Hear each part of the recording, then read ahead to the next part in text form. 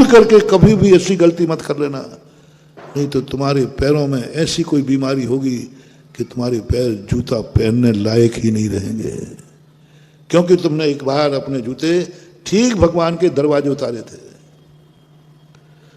गुरु सामने बैठे हो, दिख रहे हो, 7 कदम पहले ही जूते उतार देना। 7 कदम पहले, मंदिर के दरवाजे के 7 कदम पहले ही जूते चप्पल उतारो, दृष्टि नहीं पड़ जाए। घर में मुनराज जा रहे हैं, ध्यान रखो कहीं जूते चप्पल का, रास्ते में जूते चप्पल तो नहीं पड़ेंगे, गुरु की दृष्टि उन जूतों चप्पलों पे तो नहीं पड़ जाएगी। एक बात, देव साध गुरु के सामने कभी भी बैठना, कहीं ऐसा ना हो जाए कि महाराज की दृष्टि मेरे पैरों पर पड़ जाए, पैरों पर पड़ जाए। इस ढंग से बैठो कि महाराज की दृष्टि मेरे पंजों पर नहीं पड़ जाए, क्योंकि मेरे पंजे अपवित्र हैं। तुम्हारी दृष्टि महाराज के पैरों पर पड़ जाए, तुम्हारी दृष्टि धन्य हो जाए। साधु की दृष्टि तुम्हारे पैरों पर नहीं पड़ जाए, बैठते समय ध्यान रखना।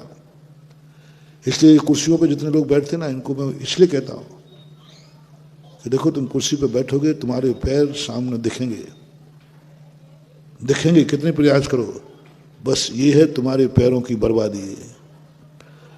कभी भी अपने भगवान और गुरु के सामने तुम्हारे पैर बैठते समय न दिखें, उनकी तरफ कभी पैर ना हो।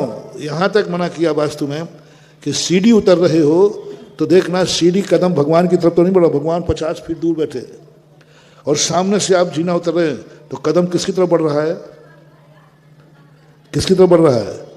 बहुत ही खतरनाक बताए थे। भगवान को उतर 50 फीट दूर भगवान है, लेकिन आपका पैर उतनी दूर से भी भगवान की तरफ बढ़ रहा है। कभी भूल करके गलती मत करना, ऐसे जीने को तुरंत पलट देना। चढ़ता हुआ बने तो बात अलग, उतरता हुआ जीना, भगवान की तरफ पैर बढ़ रहा है तुम्हारा, जो तुमने मंदिर में पूजा पाठ किया वो सब पूर्ण भस्म हो गया, क्योंकि तुम्हारा पैर नीचे उतर रहा था भगवान के सामने से। इसलिए बैठते समय, उतरते समय अपने पैरों को बचा के रखो। मंदिर के अंदर गुरु के पास अपने शरीर को जितना ढकोगे उतना ही श्रेष्ठ है। घुटनों से ऊपर का हिस्सा, जानू से ऊपर का हिस्सा और कंधों से नीचे का हिस्सा, ये शुभ नहीं होता है गृहस्थ का, अशुभ बताए। फिर में कई लोग जाते हैं, पुरुष लोग, दुपट्टा का पेट पूरा निकला हुआ है, पीठ पूरी उगड़ी हुई है और मंदिरों में घूमते रहते हैं, दरिद्रता की निशानी है। कपड़े उतारो तो ऐसे उतारो, कपड़े उतारो तो ऐसे उतारो कि कोई छुपाने को धागा भी न रहे। फिर कुछ भी मत छुपाओ, बीतरागी बन जाओ।